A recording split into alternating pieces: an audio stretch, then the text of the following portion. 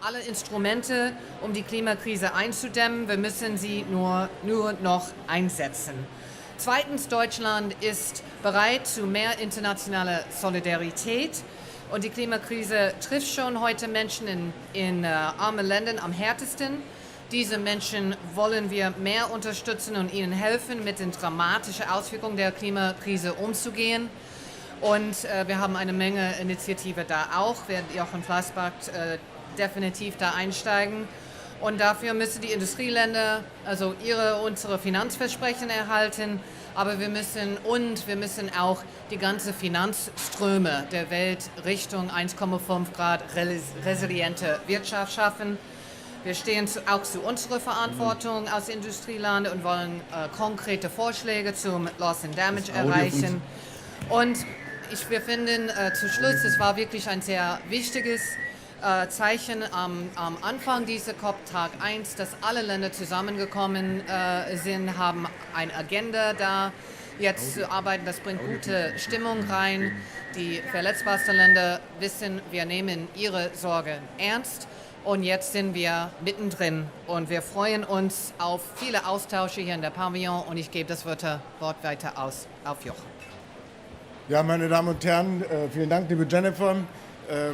Die Auftaktpressekonferenz hier am Deutschen Pavillon, das ist eine besondere Situation. Ich freue mich jetzt auf die nächsten 2 Wochen, die wir hier mit der Zivilgesellschaft, mit den verschiedenen Institutionen, national und international, bestreiten werden, um auch deutlich zu machen, es ist hier eine große Gemeinschaft, die zusammengekommen ist, community that has come together here in order to discuss the problems of the world, not to give up, not to throw in the towel, but to do everything in order to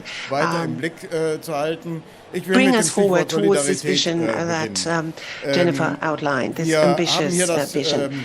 Let me start with solidarity. We have heard the most vulnerable countries clear and loud as regards their concern. They wish to be taken seriously, finally being taken seriously. These are not any old concerns, but these are existential worries because climate change is hitting them very hard. It's actually endangering their economies, is endangering their social fabric, and we have to come up with mechanisms, with tools that show that we do not leave them alone, do not leave them on their own. We can be bridge builders. We in Germany, we have seen that both in the cooperation of my ministry, the BMZ, with the Foreign Office. We wish to build bridges to those who have difficulty embarking on this path and those who are wishing for speedier progress. Together with we've had a talk with the Federal Chancellor, Olaf Scholz, together with the V20, the most vulnerable countries that are below the E20 stranded countries, and the G7 countries. All of them welcomed that Germany wishes to be a bridge builder, that we put this offer on the table, and this global shield against climate risks. That is something that we put on the table that was welcomed by everyone. That is an instrument, or rather a toolbox, with which we can actually give concrete support. But the government and indeed the Chancellor has outlined very clearly that this is not the end of the debate, but that this is, in a way, one impetus and one contribution to this debate that is to bring us forward. But we also obviously need progress here during the negotiations in this conference. So I'd like to pay my respects to those teams that have already worked very hard in the period leading up to this conference to bring this about. We also need to show solidarity with the emerging economies that are also to a certain degree by now responsible for increasing emissions and that also need to go towards 1.5 degrees but do not have the economic strength to do that. So this is why we outlined this transition partnership. That's something that we need to discuss during this conference in depth. And yes, my last point, we have been able to put loss and damage on the agenda. What is not on the agenda, however, is, and that is is for the gourmets and the cognoscenti of climate change among us. The request from the Paris Agreement that global financial flows should also be streamlined in such a way that they go towards the effort of 1.5 degrees. We have not been able so far to do that, but just as loss and damage has never been completely vanished, this to these shifting the trillions, these we need to align the financial flows in such a way that we streamline financial flows to serve the 1.5 degree aim. First question. We have about 10 minutes for your questions, so please be brief. 3 questions or all. Funktioniert das Mikrofon nicht? The microphone doesn't seem to work. Can perhaps a technician come? Hören Sie mich? Doch. Ja. Jetzt geht's. Can you hear me? Michael Fischer from Deutsche Presseagentur. I have a question directed to you, Ms. Morgan. The Chancellor was criticized by the NGOs for, during this conference, on the one hand,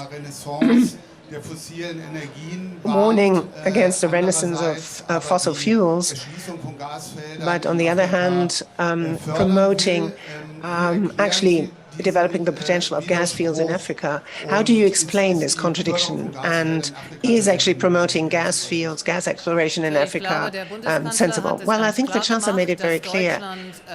Germany is standing firmly,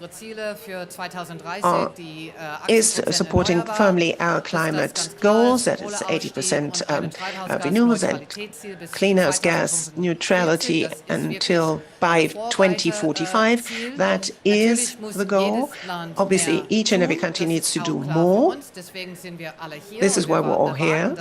And we also expect this from other countries. And I think we need to focus.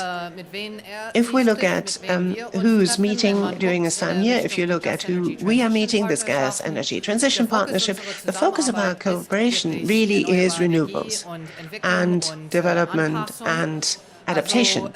So we signed this gas exploration agreement, and we're now looking into it, whether there's anything that is consistent with 1.5 degrees, with the Paris Agreement, or with our long-term goals. But we are actively concentrating on wind, solar, and so on. Thank you very much. Next question. Thank you. I'll speak in English. I just wanted to ask you, State Secretary Morgan, about the proposal that's being floated by the US carbon offsetting. You've been consulted about this project, and do you think that now is the time for carbon offsetting, real emissions cuts? Is Germany going to get in behind this proposal? So wir kennen dieses Proposal natürlich. We are familiar, obviously, with this proposal of the Americans, and I think we are concentrating our efforts basically on our bilateral support and on absolute emissions reductions, because we think that that is the bulk of where our efforts should go and the bulk of useful efforts. And the international financial institutions also need to be reformed in this respect. That is more the sort of focus that we make. Let me complement this. We're familiar with this proposal. There's nothing against, we have nothing against carbon offsetting. Last year in Glasgow with Article 6, we created the necessary framework for this. The question is, where do you actually start with this? And we have a certain amount of skepticism whether this is actually something that ought to replace what we have industrialized countries have pledged with regard to our partner countries. We're in talks on this, but we think that the talks, for example, with Indonesia, with India, with many other countries, they have one element that is obviously national, governmental effort, but that the carbon markets need to be separate separate from this, but it can still happen, obviously. And let me also complement this. I think today, as far as I know, there is an important publication of net zero commitments by the Secretary General, pledges by industry, and then we can look at what this group has said on 1.5 commitments, net zero commitments also by industry. And I think that the German business community really has rallied around this. They wish to create decarbonization. They wish to introduce, for example, green hydrogen, and we're very much looking forward to this report, and we're looking at it very carefully. I haven't yet read it, I must admit, but I think that that's where this should go, more commitments by the business community. Last question, please.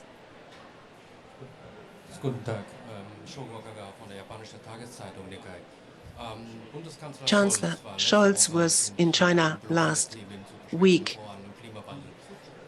and spoke also about climate change. How confident are you to be able to convince the emerging countries, and here in particular China? What does G7 have to do under the German presidency in order to come to some kind of compromise? I'll kick this off maybe, and then you can compliment. I think Jochen Velasquez has already mentioned this.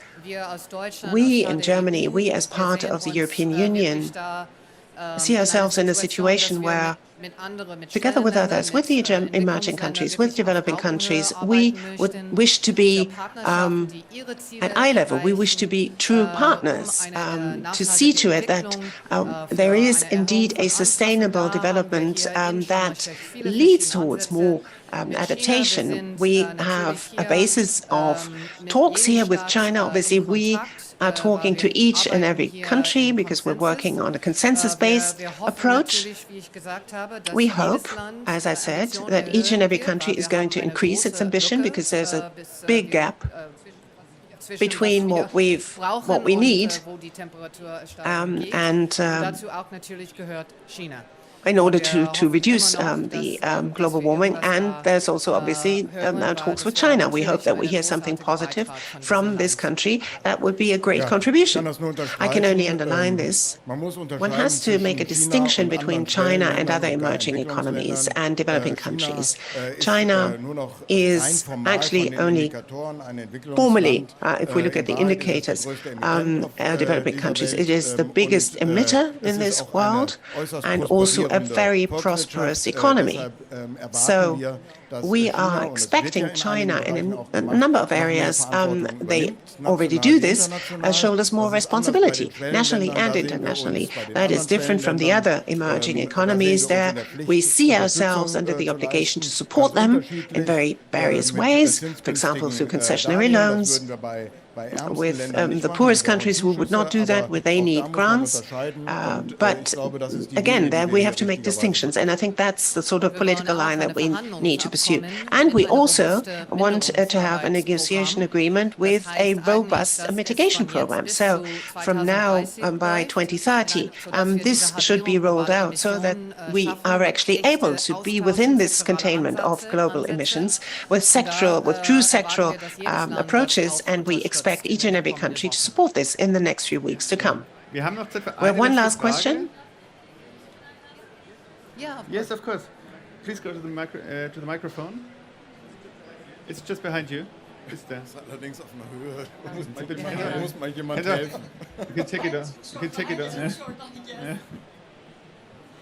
Hi, I am from Turkey, and Turkey is candidate state of European Union, and there is a little bit concern for Turkey environmental activists at Ukraine-Russia conflict and war. Actually, the Germany already plans to close some coal power plants, and for nuclear power plant now, we know that because of the energy crisis in Europe, it's reopened again, and I wonder that now we are in COP27, and what is this policy affect the European and world Paris Agreement climate targets? How did you evaluate the situation? Thank you. Sure thing. I'll answer in English because I don't see that she has a Kopfhörer. Okay. So I think what's important to know, and the Chancellor made this very clear, is that, you know, we are in a difficult context right now, but Germany has actually, with this new government, we have accelerated our energy transformation to renewable energy and energy efficiency. We've passed the biggest legislative package with binding laws. Oftentimes that's not the case, to reach a 80% renewable energy target by 2030. We stand by our coal phase out by 2030. We stand by our climate neutrality goals. We are in a situation due to the Russian war of aggression and due to the fact that we have had to replace 55% of our gas imports, that we need to make sure that our citizens have heat through the winter. Therefore, we have put in place some emergency measures. They're not the ones that we would like to put in place, but that a couple of coal plants are there in reserve. But it should not be misunderstood that we stand by our targets. We stand by the coal phase out. We're ready to work with every country that is also working towards a coal phase out and a scale up renewable energy. And I think it's quite clear through this experience that renewable energy and energy efficiency is, for many reasons, the way forward: energy security, climate, and peace. Super. Ganz herzlichen Dank fürs Kommen. Herzlichen Dank, Stolz Morgen, Staatssekretär Flassbart. Thank you very much. We'll keep you posted. There will certainly be more press conferences to come, a lot of events. Vielen Dank fürs Kommen.